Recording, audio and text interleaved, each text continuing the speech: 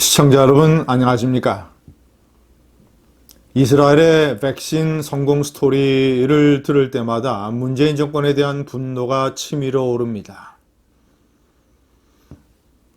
오늘은 정말 이제 놀라운 뉴스가 또 하나 전해졌습니다.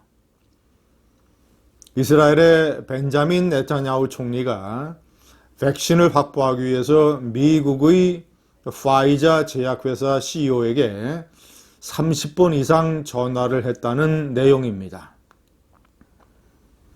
어떤 전화는 새벽 3시에 했다고 합니다. 그래서 파이자의 CEO가 총리님, 지금 새벽 3시입니다. 이렇게 얘기를 했다고 합니다. 파이자 CEO가 언론에 털어놓은 걸 보면 백신 문제에 관련해서 여러 나라의 지도자들과 통화를 했는데 솔직히 벤자민 네타냐후 이스라엘 총리의 집요함에 감동을 받았다. impressed, 감동받았다. 이런 표현을 썼습니다. 파이자가 어느 나라에 백신을 먼저 팔 것인가?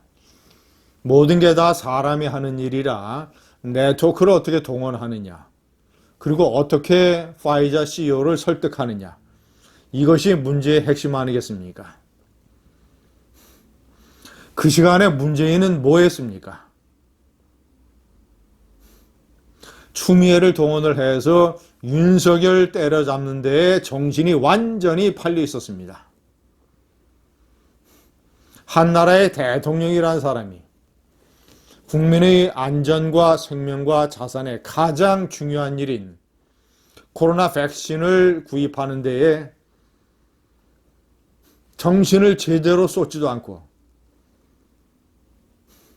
처음에는 국내 제약사들의 백신 개발이라고 하는 허황된 꿈을 재촉을 하고 요즘 텔레비전에 공익 광고가 나오는 걸 보면 화가 납니다. 마스크가 백신이라는 핫바지에 바람 새는 소리의 광고입니다. 백신과 마스크가 어떻게 같습니까?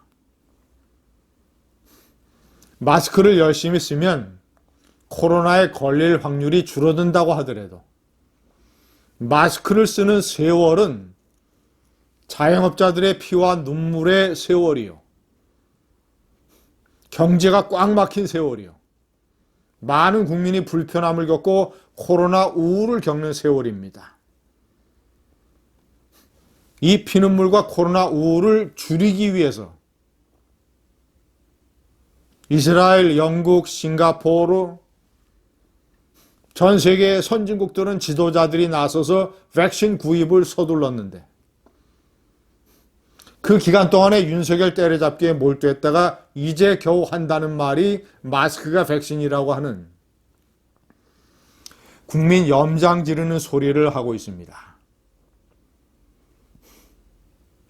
지난해 초 코로나가 번지기 시작할 때 상반기에 네타냐후 총리는 이스라엘의 모사드를 동원을 해서 이스라엘의 최고 전문가들로 팀을 만들어서 지금 어떤 제약사들이 백신을 개발하고 있는가? 그 중에서 가장 뛰어난 효과가 있는 백신을 누가 개발할 것인가? 그 백신을 빨리 들여오려면 어떻게 구매 계약을 체결해야 되는가? 이런 것을 전부 진두지휘를 했습니다. 그 결과 지난해 12월 이스라엘의 유명한 벤구리오 공항에 백신이 도착했을 때 네타냐후 총리는 공항에 나가서 백신을 직접 영접했습니다. 석방된 이스라엘의 인질이 돌아오는 것처럼 네타냐후는 15년 동안 장수하고 있는 이스라엘의 총리입니다. 네타냐후를 생각할 때마다 문재인에 대해서 화가 납니다.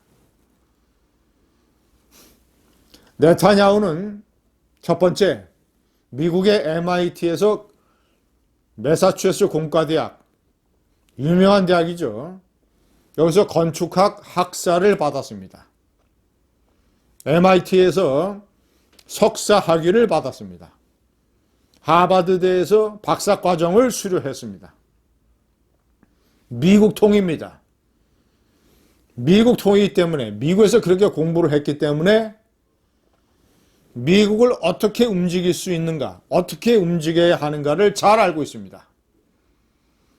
네타냐후의 미국통 실력이 이스라엘의 백신 성공을 가져왔습니다.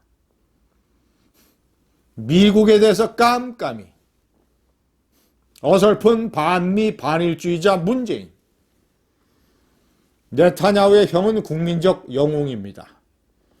1976년 이스라엘을 떠나서 프랑스 파리로 가던 에어 프랑스 여객기를 중간 기착지인 그리스의 아테나에서 팔레스타인 테러범들이 주축이 된 테러범 4명이 납치를 했습니다. 이디 아민이 지배하고 있던 아프리카의 우간다 공항으로 데리고 갔습니다. 이스라엘 본토에서 우간다까지 공군 수송기 3대에 특수부대원 100명을 태워서 254명의 인질을 구하기 위해서 야간 작전으로 엔테베 공항을 급습했습니다. 인질 3명이 사망하고, 물론 테러범 현재서 합류한 7명 다 포함을 해서 테러범과 이스라엘 공군 장병 수십 명을 죽이고, 인질은 3명이 희생되고, 이스라엘 특공대원은 딱 한 사람 사망했습니다. 그 사람이 특공대를 지휘했던 벤자민 네타냐후 이스라엘 총리의 형 요나단 네타냐후입니다. 엔테베 작전이 아니라 이스라엘 사람들은 요나단 작전이라고 부릅니다. 딱 한 사람이 희생이 됐는데 특공대 지휘관 네타냐후 총리의 형 요나단이었습니다. 문재인은 미국 깜깜이에다가 젊었을 때는 반미주의를 했다가 문재인이 형이라고 부르는, 문재인이 선배라고 부르는 송철호를 울산시정에 당선시키기 위해서 청와대와 경찰을 동원을 하는 꼼수나 부렸습니다. 송철호 문재인이라고 하는 형제, 요나단 벤자민이라고 하는 이스라엘 총리의 형제, 이것이 이스라엘을 선진국으로 만들고 이것이 대한민국을 도덕적, 품격적으로 아프리카 수준으로 만든 차이입니다. 이스라엘의 모사드는 연구소 기관이란 뜻입니다. 모사드의 원후는 지략이 없으면 백성이 망하고 지략이 많으면 백성이 평안하다는 것입니다.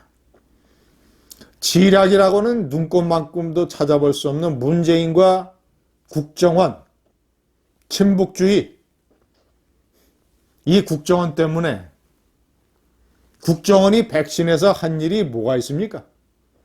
모사드의 10분의 1도 못 되는 국정원. 모사드의 원문을 다시 한번 말씀드리겠습니다. 지략이 없으면 백성이 망하고 지략이 많으면 백성이 평안하다. 감사합니다.